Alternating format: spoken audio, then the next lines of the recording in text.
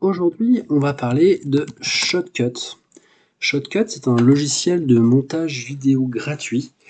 Certains connaissaient Windows Media Maker, c'est Windows Movie Maker, qui n'existe plus maintenant pour Windows 10 et Windows 11. Shotcut, c'est un logiciel gratuit dont le nom revient souvent, et on va faire une petite initiation aujourd'hui sur ce logiciel-là. Alors, il en existe d'autres. Mais Shotcut fait très bien le job, que vous soyez utilisateur débutant ou confirmé, vous pourrez avoir pas mal d'options différentes sur ce logiciel-là. Donc je suis allé sur le site Shotcut. On voit que le site est en anglais, rassurez-vous, le logiciel est en français. Voilà, pour les moins anglophones d'entre vous, pas de souci. On va aller donc sur la page Download. Sur cette page Download, vous aurez peut-être de la publicité. D'ailleurs, il faudra peut-être cliquer sur Close si vous avez de la publicité. On nous propose donc deux plateformes de téléchargement, FossHub ou GitHub. Ça n'a pas trop d'incidence, hein. Vous preniez l'un ou l'autre, a priori les fichiers devraient être les mêmes ou très sensiblement les mêmes. Ce qui est surtout intéressant de voir ici, c'est qu'on a deux versions. Donc, on a une version qui s'appelle une version classique, Windows Installer. Donc là, ça va être installé sur votre ordinateur, ça va être comme un programme classique. Et une version portable. La version portable, si vous n'avez pas beaucoup de place sur votre ordinateur ou vous ne pouvez rien installer dessus, ça peut être pas mal, hein, sachant que vous pourrez, pourquoi pas, même la mettre sur une clé USB et utiliser ce logiciel quand vous en avez besoin, sans qu'il y ait rien installé du tout sur votre ordinateur. Donc si vous n'avez pas beaucoup de place, ça peut être une bonne option. La version classique peut être intéressante aussi, et peut être plus intéressante si vous utilisez souvent ce logiciel. Si vous faites des voix off par exemple, de ce type de choses là, il y aura certainement moins de latence si vous prenez la version classique que si vous prenez la version portable. Bon, pour l'initiation qui nous intéresse, la version portable nous conviendra parfaitement. Alors je vais la télécharger. Bon, en réalité, je l'ai déjà téléchargé, donc je vais annuler ce téléchargement là. Une fois téléchargé, donc le fichier va arriver donc dans mes téléchargements. Donc vous allez voir quelque part un dossier zippé dans le téléchargement, vous faites un bouton droite, vous coupez. Vous pouvez faire un bouton droite coller dans un dossier, dans un logiciel de montage, dans le logiciel de montage qui vous conviendra. Et ensuite, il faudra donc. Alors vous aurez un seul fichier qui est un fichier zippé, un dossier zippé, donc qui s'appellera shotcut win64.zip. Donc il faudra dézipper ce dossier-là. Donc pour faire ça, vous faites un bouton droit dessus. Et si vous avez 7-zip d'installer, vous faites 7-zip extraire ici. Si vous n'avez pas 7-zip, vous pouvez aussi faire extraire tout. Ça va extraire donc tous les fichiers donc, pour que vous puissiez travailler avec Shotcut. Une fois que vous aurez donc extrait ces éléments-là, vous allez vous retrouver avec ce dossier-là, ou donc tous les dossiers du programme. Et ce dossier zippé, vous n'en aurez plus besoin, donc vous pouvez le supprimer. Donc j'ai appuyé sur la touche Supr, on peut faire sinon le bouton droit supprimer. Voilà, on se retrouve avec ce dossier Shotcut. On va double-cliquer à l'intérieur. Je vais descendre avec la molette vers le bas jusqu'à ce que je trouve le fichier exécutable qui s'appelle shotcut.exe. Donc c'est le programme pour lancer le programme. Je vais double-cliquer dessus, hop, pour lancer Shotcut. Et on va arriver donc sur cette interface. On va découvrir dans quelques instants. Sur cette interface, donc on va explorer un petit peu les fonctions un peu essentielles du logiciel. La première chose que je voudrais vous montrer, donc, c'est ces petits éléments-là, dossier des projets. C'est l'endroit donc où vous allez pouvoir enregistrer, enfin c'est le dossier de destination de vos éléments. Donc là, en l'occurrence, ça sera le dossier qui était choisi, c'est mes vidéos, ça me convient parfaitement. Le nom du projet, je vais l'appeler test. Donc voilà, mes éléments seront enregistrés donc dans ce PC, mes vidéos, par défaut, ça me va bien. Le mode vidéo automatique, qu'est-ce que ça veut dire? Ça veut dire que le format de la première vidéo que vous allez importer dans Shotcut définira le format de votre projet. Donc par exemple, si vous importez une vidéo en HD en 720p, ça sera le format de votre projet. Si vous importez une vidéo en 4K, votre projet sera en 4K automatiquement. Donc la première vidéo importée définira donc la taille du projet. Voilà, on a le logiciel qui est ouvert.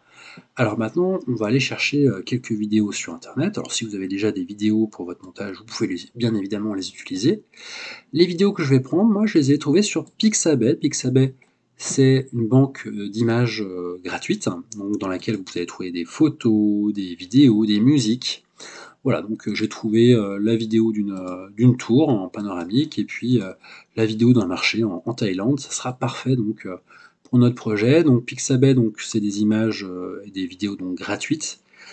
Pas d'attribution donc sur ces éléments-là, et donc on peut donc les utiliser librement pour notre projet. Alors je les ai déjà téléchargés, j'ai cliqué dessus, je les ai déjà téléchargés, et les éléments donc se retrouvent donc dans mes téléchargements. Mes éléments se retrouvent ici. Pour les insérer dans le logiciel, je peux les sélectionner et tout simplement les glisser, déposer dans mon projet, dans mon chutier, dans le logiciel ici.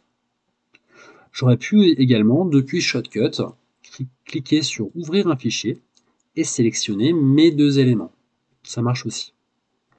Voilà, je clique sur le premier, je laisse CTRL appuyé, je clique sur le deuxième, je clique sur Ouvrir. On aurait eu le même résultat. Parfait. À ce niveau-là, pourquoi pas, ça peut être une bonne idée d'enregistrer mon projet si j'ai pas le temps de finir mon travail tout de suite et que je veux y revenir plus tard. Je pourrais, pourquoi pas, l'enregistrer. Donc pour faire ça, on peut cliquer sur la petite disquette ou alors Fichier, Enregistrer sous. Je vais l'enregistrer, pourquoi pas, donc là sur le bureau, j'ai créé un dossier qui s'appelle vidéo et je vais l'appeler, pourquoi pas, test. Voilà. Et je vais cliquer sur enregistrer. Hop, fichier test existe déjà, pourquoi pas, on va cliquer, je vais le remplacer, je vais cliquer sur oui, c'est très bien. Voilà, mon fichier a été enregistré, je pourrais éventuellement le fermer et le rouvrir plus tard. On va finir quand même le travail ensemble, puisqu'on a commencé. On a nos deux éléments. Je vais glisser donc la tour ici dans ma timeline. Parfait, donc la séquence entière c'est bien inséré dans la timeline, donc la ligne temporelle en fait, c'est la durée de votre projet. Donc ici, mon projet pour l'instant, il dure 25 secondes, c'est la durée de la première séquence. Si cette séquence-là, je pense qu'elle est peut-être un petit peu longue, hein, 20 secondes sur une tour, je pourrais la raccourcir hein, si j'avais envie. Donc là, pour la raccourcir, je vais tout simplement prendre l'extrémité de la vidéo et réduire un petit peu comme ça. Alors pour raccourcir de l'autre côté, alors soit, on dirait que ça marche pas bien comme ça, il faut peut-être déjà déplacer un petit peu la vidéo, donc bouton gauche, je laisse appuyer, je déplace, et je peux tout simplement réduire comme ça mon élément. Voilà, je vais garder simplement quelques secondes de ce plan-là. Hop, on va réduire encore un petit peu, tiens, voilà. Juste histoire d'avoir 4 secondes, voilà, c'est parfait. Voilà, on a notre premier plan qui a été déterminé, c'est parfait. Maintenant, je vais glisser donc la deuxième séquence, je vais la glisser donc, hop, dans mon projet.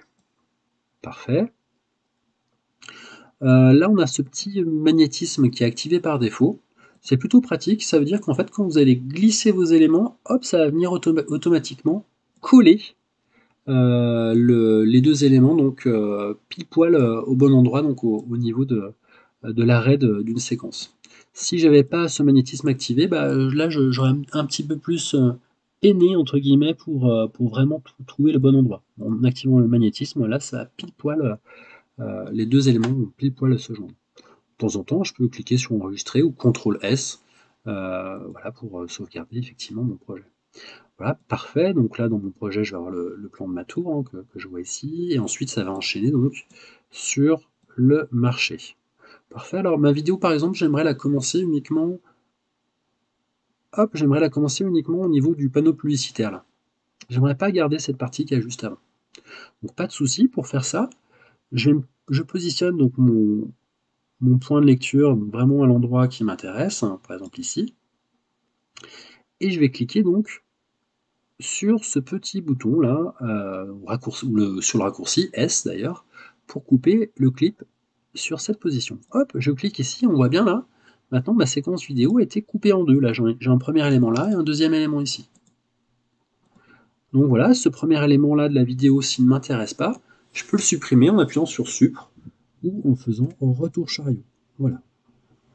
Et là, je peux tout simplement faire revenir donc l'élément ici à l'origine. Alternativement, si je veux aller un petit peu plus vite, je peux également faire un bouton droit dans cette zone vide et lui dire Ripple Delete, hein, ou alors X, raccourci X, et hop, ça va donc coller donc les deux parties de la vidéo ensemble. Donc si je me mets là, je refais avec le raccourci X, hop, on voit bien, ça a bien collé les deux éléments. Donc là, dans ma séquence vidéo, ça va passer de la tour jusqu'à ce panneau publicitaire. Voilà, parfait. Alors admettons, panneau publicitaire, j'aimerais arrêter donc juste après, à la sortie du panneau publicitaire, admettons, jusqu'à ici, pourquoi pas, on va garder, faire quelque chose d'assez court, hop.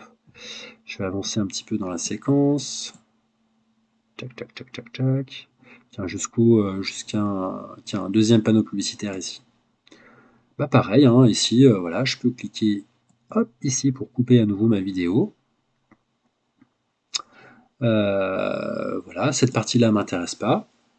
J'appuie sur Delete ou sur Retour chariot pour retirer la partie qui ne m'intéresse pas. Je me mets ici, X, hop, et voilà. Donc là, j'ai raccordé mes deux éléments. Je vais garder que quelques secondes dans la vidéo. Voilà, pourquoi pas jusqu'à 11 secondes, c'est très bien. Hop, on refait un petit coup de S ici pour couper mon clip. Et je supprime la partie qui ne m'intéresse pas. Parfait, j'ai bien réussi à faire mon premier montage.